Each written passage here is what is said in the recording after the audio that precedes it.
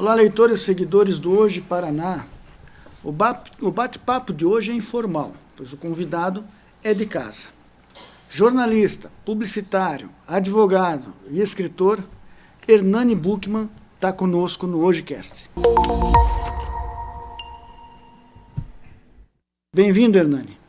Em primeiro lugar, já diga para nós, quem vem primeiro? O jornalista, o publicitário, o advogado, o escritor? Normalmente as pessoas me apresentam como advogado, jornalista e escritor. O publicitário ficou para trás, né? Assim como executivo da área cultural, assim como dirigente de futebol, foram coisas que eu... Mas não é um pecado deixar o publicitário para trás? Grandes campanhas saíram da caneta desse publicitário. Mas eu já saí dessa vida há mais de 20 anos, né? Então, fiz outras coisas de 20 anos para cá. Mas eu acho que a minha passagem pela propaganda marcou muito. Então, as pessoas ainda me têm como referência. Mas eu coloco lá em quarto lugar hoje em dia.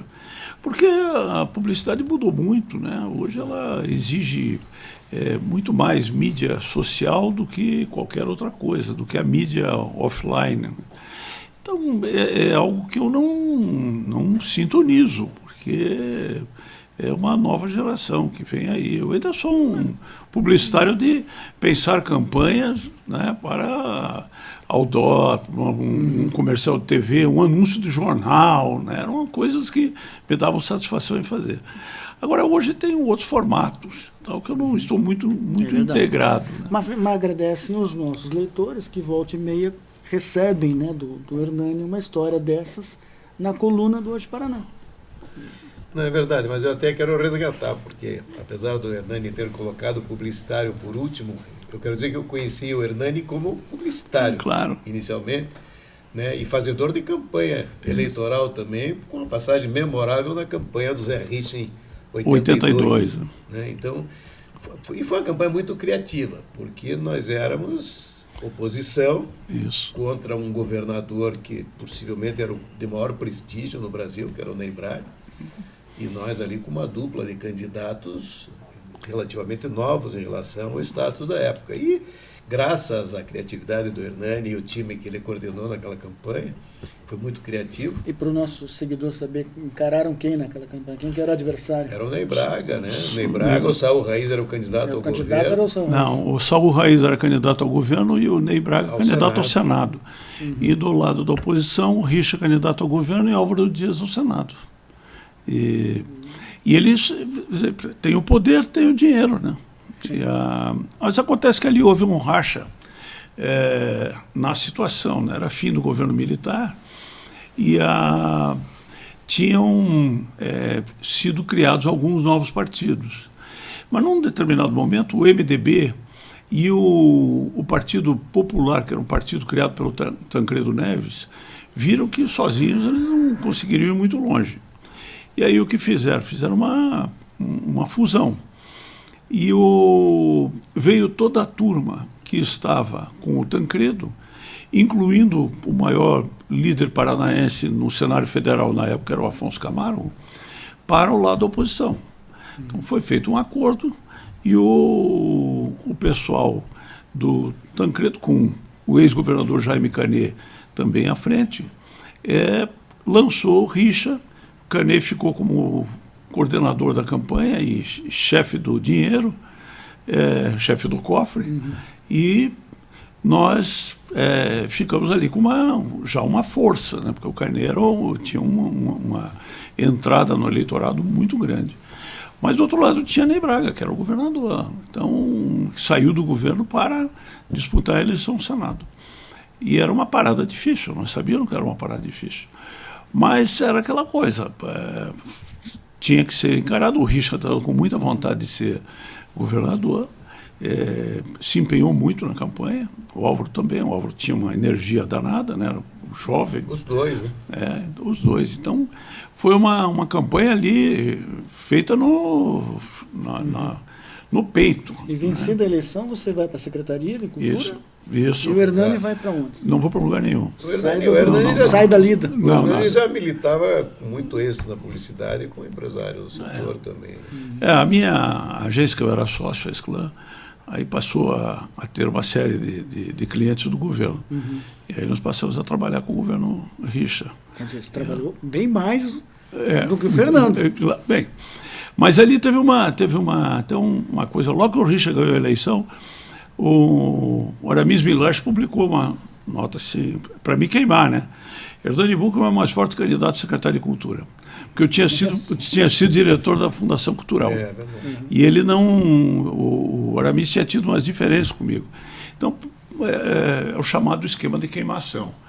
E aí ele, para me queimar... Bem, eu disse, olha, não tenho a menor vontade de ser secretário de Cultura. Meu negócio é atender cliente, que na agência eu era diretor de criação. Quer dizer, tinha uma equipe ótima trabalhando comigo. Algumas duplas criativas fantásticas, né? Almir Feijó, Bira Menezes, Sérgio Mercer, o César Marquezine, Zé Bufo. Eram pessoas sensacional. E o Hernani trouxe esse time todo para a campanha. Tínhamos uma house na nossa campanha, e mais ainda Jamil Snege.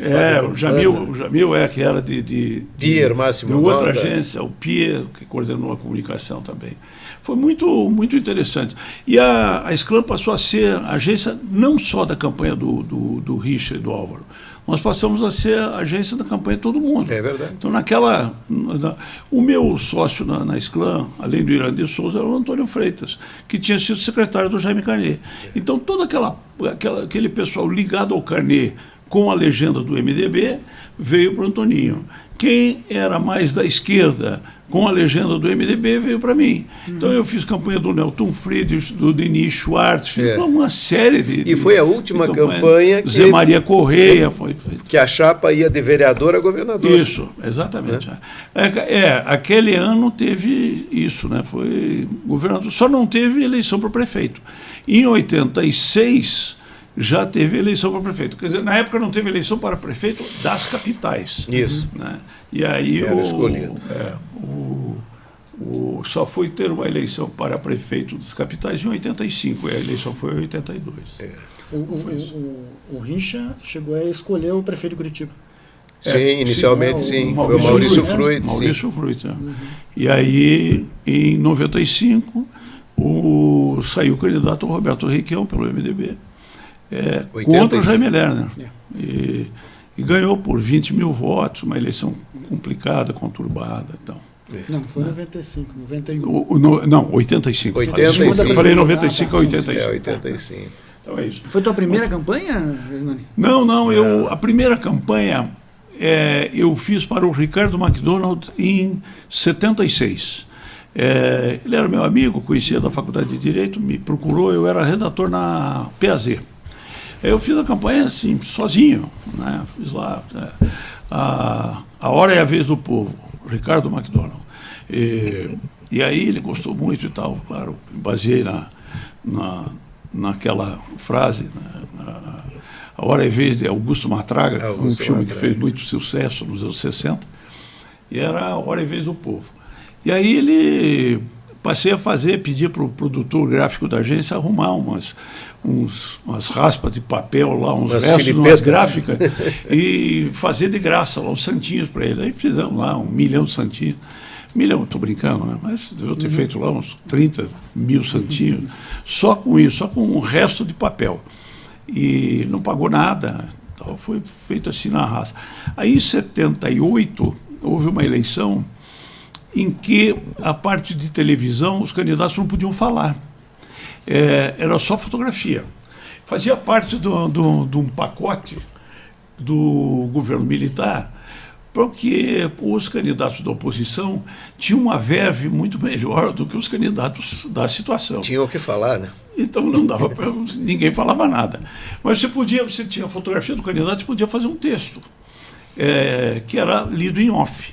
Então aparecia a fotografia do sujeito e via lá Januário Conceição, de São João do Ivaí, líder comunitário, porque não tinha nada na biografia dele, nenhuma informação sobre o que ele fazia, nada. Então ele era líder comunitário. Era o que mais tinha, né? Era líder comunitário. Mas a gente ainda fazia umas brincadeiras e tal, ainda dava para colocar algum sabor naquilo. Os redatores eram eu e o Luiz Carlos Zanoni.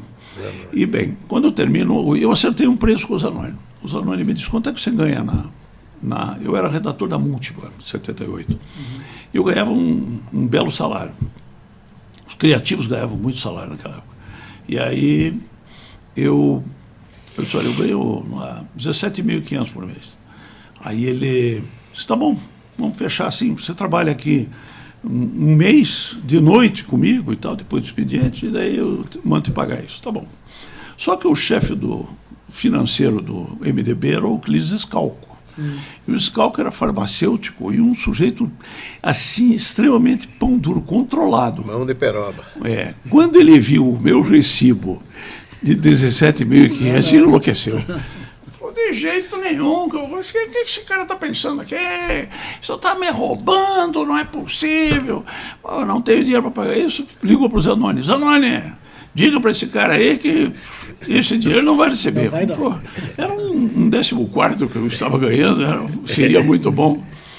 Aí eu disse, Zanoni, quanto é que ele quer me pagar? Não vai pagar mais do que 5. Aí eu recebi menos de 1/3. Recebi 28% do total. Largou como doador de campanha.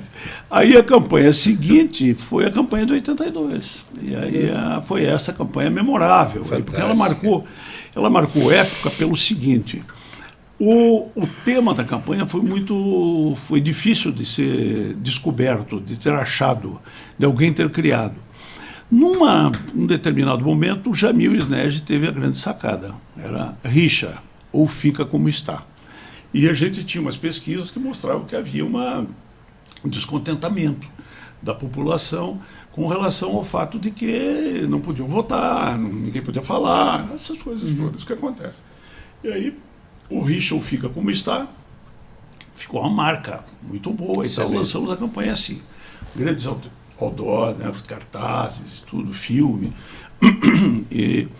E aí a Múltipla fazia a campanha do Saul Raiz. Né? Eu já na Esclana. E aí a Múltipla resolveu fazer um antídoto ao tema do rixa. Né? Esse assim, Saul, vírgula, ou um salto no escuro. Ponto. E aí, aquela vírgula. E o mais engraçado é que eles colocaram aquilo. O salto no escuro era num fundo preto e branco. Um fundo preto com letra uma branca. letra em branco.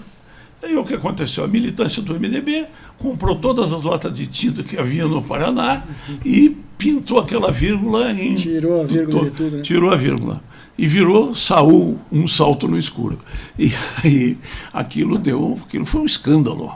E a Múltipla convocou uma coletiva e levou advogado, dizendo que já sabiam quem tinha sido, então não sabiam nada. Aquilo foi uma... Quem comandou tudo aquilo foi o Filinto, foi o Zé candidato Filinto, a vereador na época. Não, mas tinha aquele outro rapaz também que era do MR8, que era muito... Não, mas quem fez o trabalho de rua foi o Filinto. Não, Zé não Filinto. está certo. Era o do Ático? Não era o do Ático, era o... Era Como era o nome terrível. dele? Esqueci o nome dele. Do Ático também era.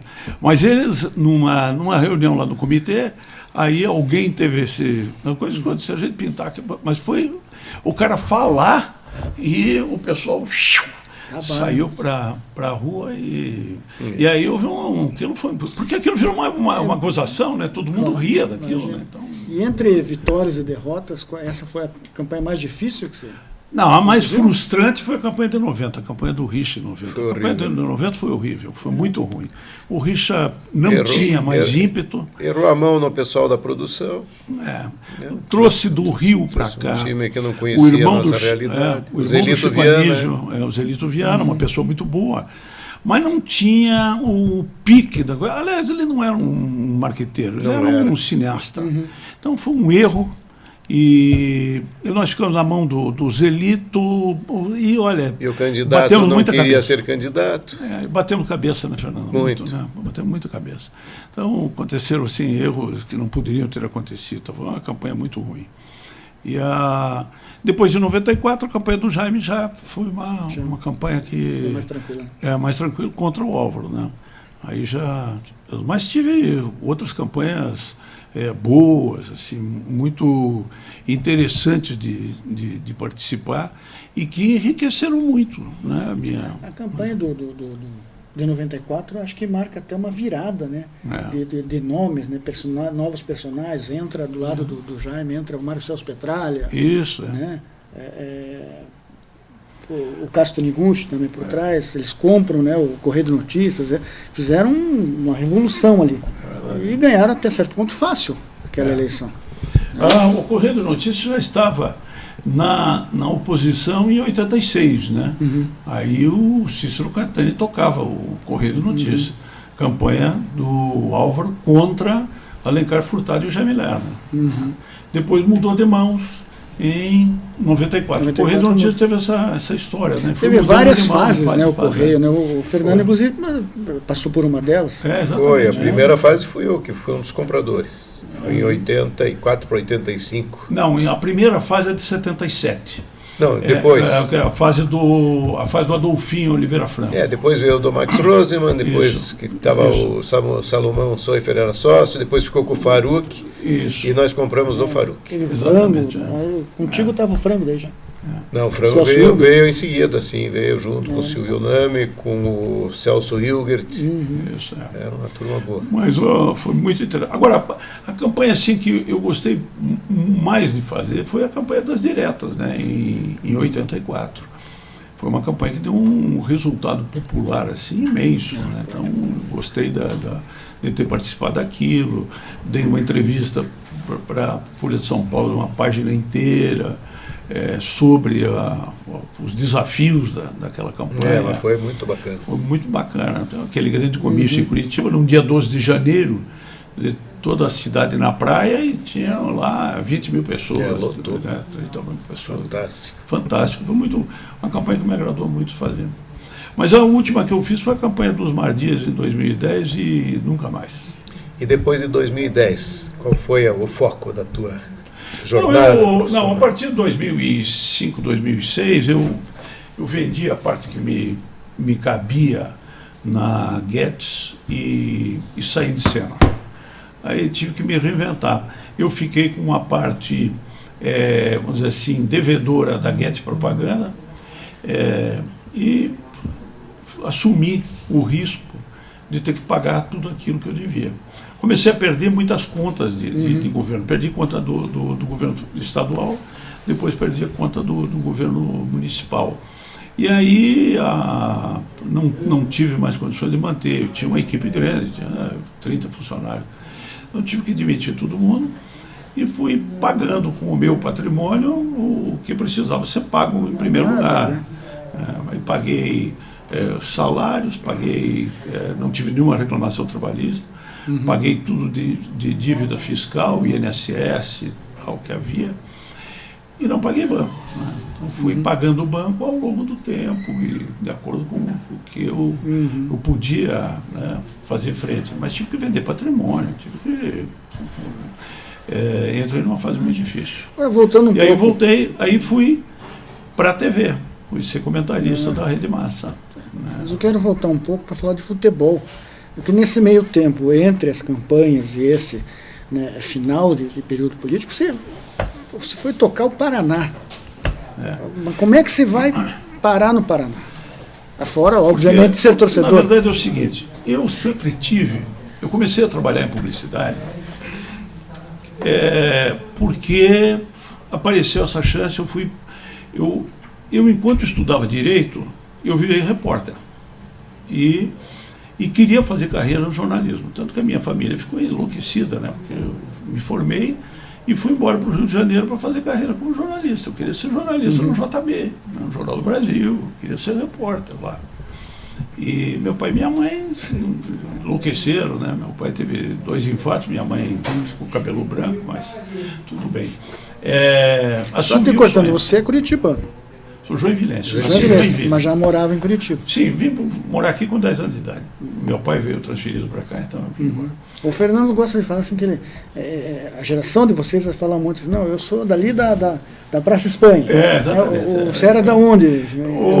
Nós moramos na esquina da Ângelo Sampaio com a 7 de setembro, uma série de casas geminadas que tem ali, que eram da família Gugelmin, e depois fomos morar lá no seminário, no Jardim Centenário, onde tinha uma grande turma lá de pessoas muito conhecidas, a família do Guilherme Camargo, de lá, do Aristides Reffel, da joalheria, o Peregrino Dias da Rosa, advogado, muita gente conhecida, todo mundo de lá.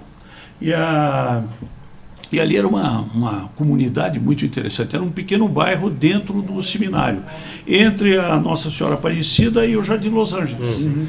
Está lá o bairro até hoje, mas só que hoje ele já é seminário. Daí você vai para o Rio.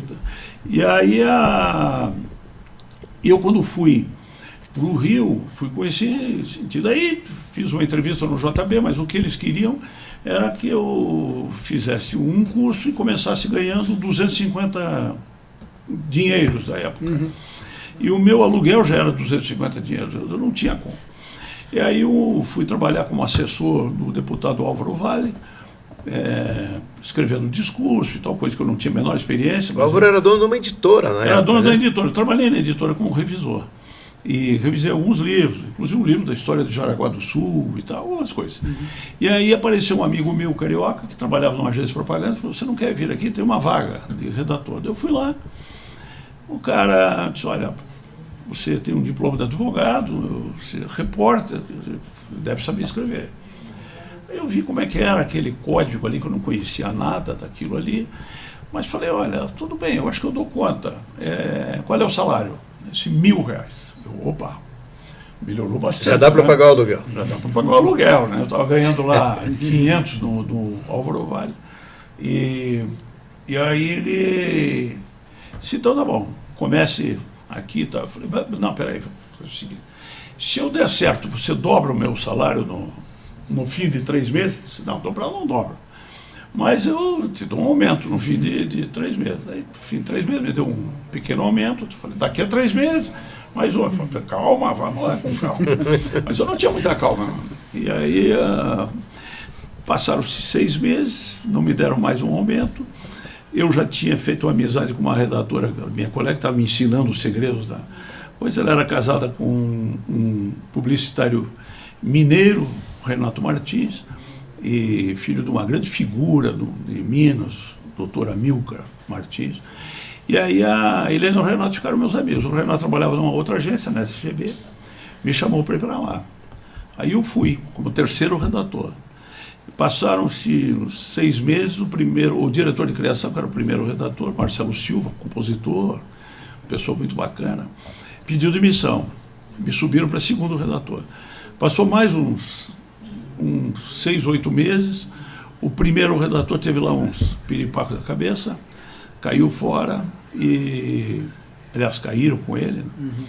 E aí o diretor de criação em São Paulo era o Neil Ferreira. Na época, o Neil era o maior criativo do Brasil. Esse era um craque. Pagavam uma fortuna pelo Neil. O Neil foi ao Rio de Janeiro, me chamou e disse assim, olha, você vai ficar no lugar. Eu tinha 24 anos. Aí, 24 para 25, talvez 25. Né? Você vai ficar no lugar do Roberto. E eu sou o diretor nacional, você vai ser o chefe aqui. Eu não tinha a menor experiência, né? E nunca tinha comandado ninguém. Você vai comandar aqui. Não é pelo portfólio que você tem, que o teu portfólio é uma porcaria, mas é pelo teu olho, porque eu contrato pessoas pelo olho. Você tem um olho que brilha, então eu vou colocar você. Aí me colocou. Os primeiros desafios que nós tivemos, nós estamos perdendo a conta do Ponto Frio, que era a maior conta da agência. A agência era a 9ª agência do Brasil. E nós estamos perdendo a conta do Ponto Frio porque o Ponto Frio não tinha departamento de marketing. Quem estabelecia a política de comunicação, as estratégias de venda, era a própria agência. E aí o departamento lá de atendimento da agência lançou uma campanha, propôs uma campanha, né? Compre agora e pague depois do carnaval. Isso era janeiro. E a campanha boa, boa. A campanha foi lançada no domingo no Fantástico, no outro domingo saiu Compre Agora e Pague depois da Páscoa. Aí queimou a campanha do Ponto Frio. Um executivo francês que tinha sido colocado na direção do Ponto Frio chamou a agência e falou assim, ou vocês me trazem em uma semana condições, ideias para eu recuperar minhas vendas, ou vocês perderam a cota, porque eu não estou vendendo nada. O Telerio, que era um concorrente, acabou comigo, está vendendo como água, e eu não estou vendendo nada. Aí nós fomos para São Paulo, o Neil me chamou, fomos para São Paulo, sentamos com ele, assim, olha, você está me impondo horário de carioca, nunca mais faça isso. Eu marquei 8 horas, chegou 8h30. Eu falei, mas o avião atrasou, tivesse pegado um outro avião antes, nunca mais faça isso. E vamos começar a trabalhar. Ele já sabia disso desde o dia anterior, já tinha colocado uma série de ideias na cabeça. Vai anotando aí, 10 ideias. E tem alguma também. Aí eu, tá bom, vou ter uma ou outra. Aí vocês têm 24 horas para colocar no papel, eu quero um layout grande, como se fosse uma página do Jornal do Brasil, com o título de cada uma dessas campanhas. Você vai fazer um título para cada uma dessas ideias e vai fazer um roteiro de TV. Comerciais de 15 segundos, tá bom? Tá bom. 24 horas para fazer isso. Pô, e o diretor de arte que foi comigo pegava um papel branco grande e desenhava como se fosse um anúncio de página dupla. E falou, qual é o título? Eu dava o título. Ele, no dia seguinte, eu tinha tido uma ideia. O Neil sentou e disse, então vamos ver o que vocês têm aí. Aí eu botava o papel na frente, mostrava, lia o roteiro, botava o papel. Aí, entre outras, a minha ideia. Ele ouviu tudo, assim, essa aqui que você tem não é boa. As outras todas estão aprovadas. E é o seguinte, era um sábado de carnaval, e sexta-feira de carnaval. Vocês vão para o Rio agora, vão pegar uma ponte aérea, e amanhã de manhã, às 9 horas, tem uma reunião no Ponto Frio. Falei, você vai apresentar a campanha? Não, você. Falei, eu nunca tinha apresentado uma campanha. Você. E é o seguinte, vocês cheguem mais cedo, peguem fita crepe e vão colocando isso em volta do cliente, tá? Todas os layouts da campanha. E vocês vão entupir o cliente de ideias. E aí você vai ler cada roteiro, você vai mostrar o anúncio e vai ler o roteiro. E vai ser assim, mas tá certo? Tá certo. Então, chegamos lá, dia seguinte, uns 15, 20 minutos antes, comecei a colar as coisas. E aí a moça veio trazendo um cafezinho, não consegui tomar o cafezinho. A minha mão não segurava. E aí eu fiz a apresentação. Acredito que fiz com boa performance, porque ele aprovou uma das campanhas. Isso aqui é uma coisa de maluco, isso aqui a censura não vai deixar passar. Tinha uma que era a Marlene, cantora, que tinha sido escolhida como preferida da Marinha ou da Aeronáutica, não me lembro, ela era preferida de alguma coisa. O Ponto Frio preferido da Marinha, da Aeronáutica, do Exército e do povo brasileiro. Você não pode botar um exército aí, a Marinha. Bem, aí aprovou uma campanha que era o seguinte, era um imenso cifrão num espaço todo claro, assim, um espaço azul, um fundo infinito meio azulado e aquele espaço branco, aquele cifrão imenso. E entrava um Kung Fu. Entrava o Kung Fu, olhava aquilo e em 5 segundos o Kung Fu destruía o cifrão. E entrava uma locução que diz assim, Kung Frio bonzão acaba com a opressão. e aí o Kung Fu fazia lá uma reverência, uma coisa assim, Kung Frio bonzão. O fim do pressão. Então, 15 segundos. O cara falou, essa daqui tá boa, essa daqui eu quero. Só que é o seguinte, estreia domingo no Fantástico, no outro domingo, tá? Era sábado. E aquilo não havia videotape, era gravado em película, filmado em película. O Neil era um sujeito tão sabido, ele achava que aquela campanha tinha... O cara chamou uma produtora com quem ele trabalhava, Lynx, em São Paulo.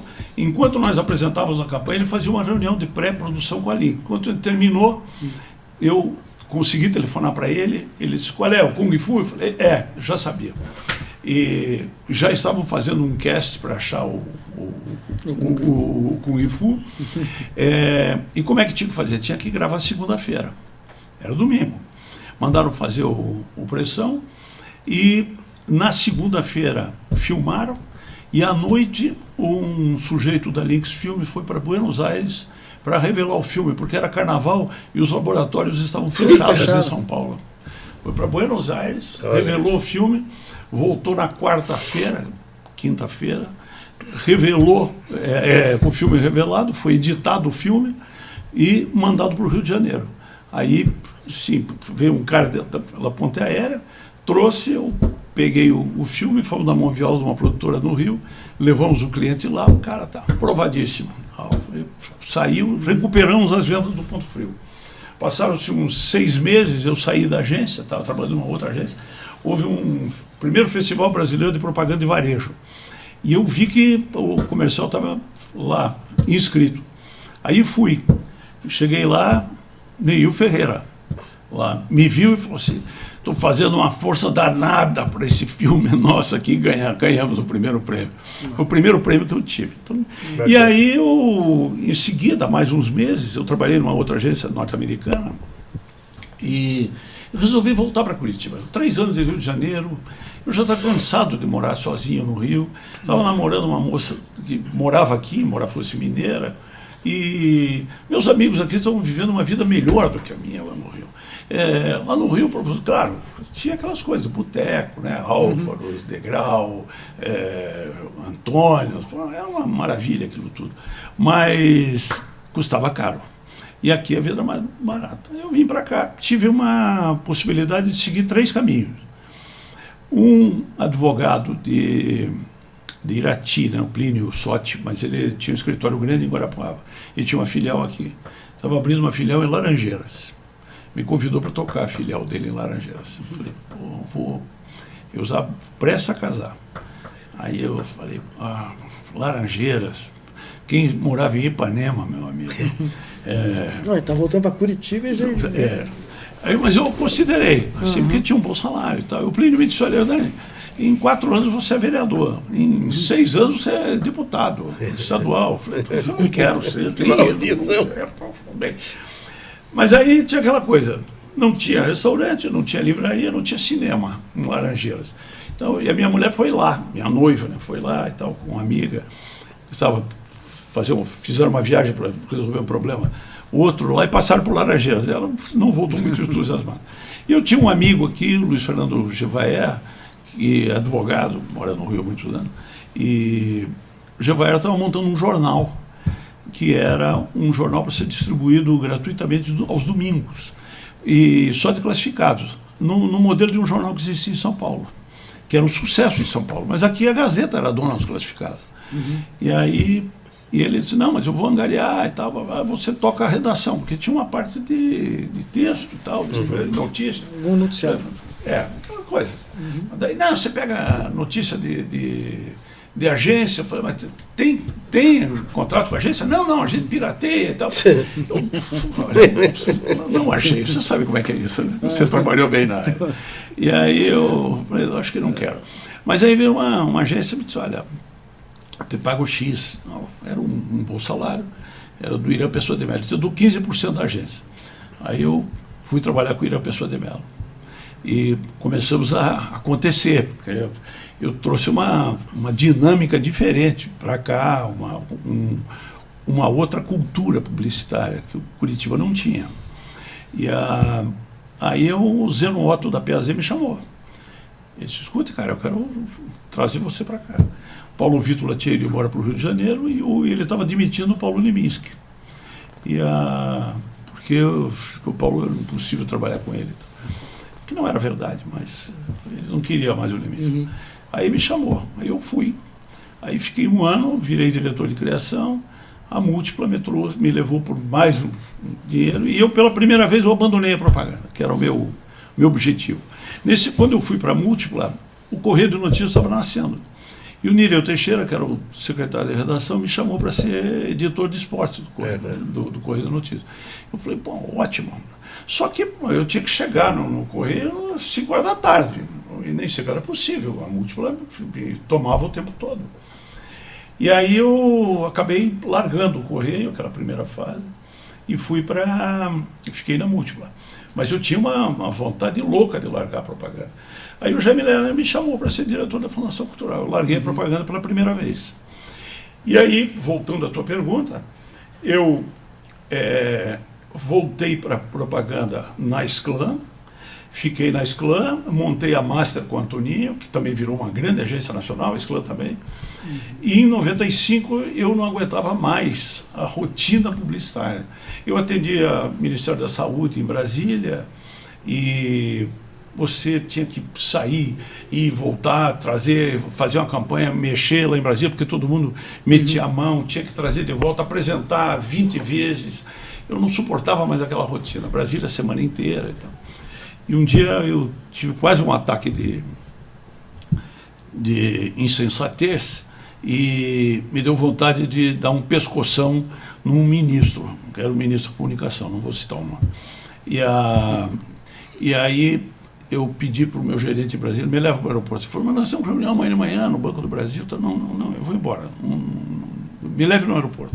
Aí no aeroporto peguei um avião, cheguei aqui, sentei com o Antoninho e falei, Antoninho, eu quero vender a minha parte para você. Eu não tenho dinheiro para pagar você. Tem sim, porque eu vou vender barato. Vamos acertar aqui o que você pode me pagar. Aí eu acertei o que ele podia me pagar. E falei, bem, com esse dinheiro eu vivo 4, 5 anos, depois eu vou ver o que eu vou fazer da vida. Eu tinha 48 anos. Meu pai tinha morrido com 54. Eu falei, eu não quero morrer com 54. E aqui eu vou morrer com 54. E aí eu não tinha nada a fazer, acertei uma consultoria para a Hertz e falei, bem, estou recebendo o dinheiro da Master, da consultoria da Hertz, dinheiro aplicado, vou fazer alguma coisa. Aí apareceu Raul Trombini e Darcy Piana. Mas não temos presidente para assumir o clube, nós vamos ficar acéfalo, não pode e tal, você é o cara. E eu era vice-presidente, né, do clube, na área de marketing. Então, já tinha sido vice-presidente do Colorado. Aí eu aceitei. Foi por aí. Aceitei, sem dinheiro nenhum, né? E um sofrimento danado. E sendo que, de um lado, tinha Mário Celso Petralha com todo o dinheiro da campanha do Jaime Lerner, presidente do Atlético, e do outro lado, Joel Malucelli e Sérgio Prosóximo, com todas as suas próprias fortunas. E eu não tinha nada. Quando eu entrei no clube, me avisaram, olha, falta $1 milhão para a gente pagar o que tem de atrasado.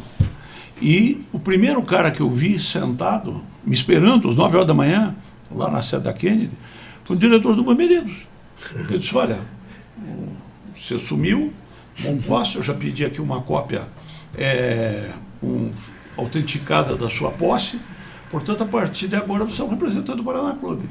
E, nesse sentido, eu estou trazendo aqui uma nota promissória de R$300 mil, referente a um cheque especial que o clube está devendo para o Bameridos. Vamos renovar isso.